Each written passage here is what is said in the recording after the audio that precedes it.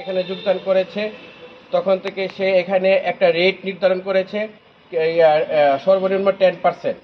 হ্যাঁ, সেই সুবাদে আমার 2,61,000 টাকার বিলে উনি 30,000 টাকা উৎকোচ দাবি করেছেন। গত জুন মাসে আমি এই অফিসে এসে আমার বিলের তদবির করতে গেলে উনি টাকা ছাড়া বিল ছাড়বেন না, এবং আমি নিজে 8,000 টাকা তাকে দিয়েছি। তার পরবর্তীতে তার এই টাকা মনোমত না হয় পরবর্তীতে সে বিলটি আর প্রদান করেনি। আমি যোগাযোগ করলে আমার সাথে বিভিন্ন ধরনের বাজে আচরণ করেছে। শুধু আমি নয়, এই গণপূর্ত বিভাগের অনেক সিনিয়র ঠিকাদার রয়েছেন, অনেক নতুন ঠিকাদার রয়েছেন, তাদের সাথে অসদাচরণের একটি মাত্রা থাকে। আমরা ভুক্তভোগী। আমরা এইবার ঈদে আমরা কোনো লেবারদেরকে পেমেন্ট করতে পারি নাই, আমরা ঈদ করতে পারি নাই। আমরা আমাদের সাথে যারা কাজ করে সারা বছর দিনমজুর, তারা আমাদের দিকে তাকিয়ে থাকে।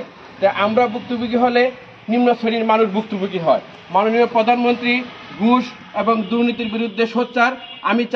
আমরা চাই সকলে মিলে এই নাসিমা আক্তার রেখাকে এই ঘুষ উৎকোচের দাবিতে এবং ঠিকাদারদের সাথে আমরা ব্যাট প্রদান করি, আমরা আয়কর প্রদান করি। আমরা প্রথম শ্রেণীর ঠিকাদার, আমাদের সাথে একজন সরকারের কর্মচারী এরকম ভাবে আচরণ করবে, সেটা কখনোই কাম্য নয়। আমরা চাই এর দ্রুত শাস্তি, বিভাগীয় শাস্তি হবে এবং নাসিমা আক্তার রেখার অতি দ্রুত প্রত্যাহার করে নিয়ে আমাদের চলমান বিলগুলো প্রদান করুক।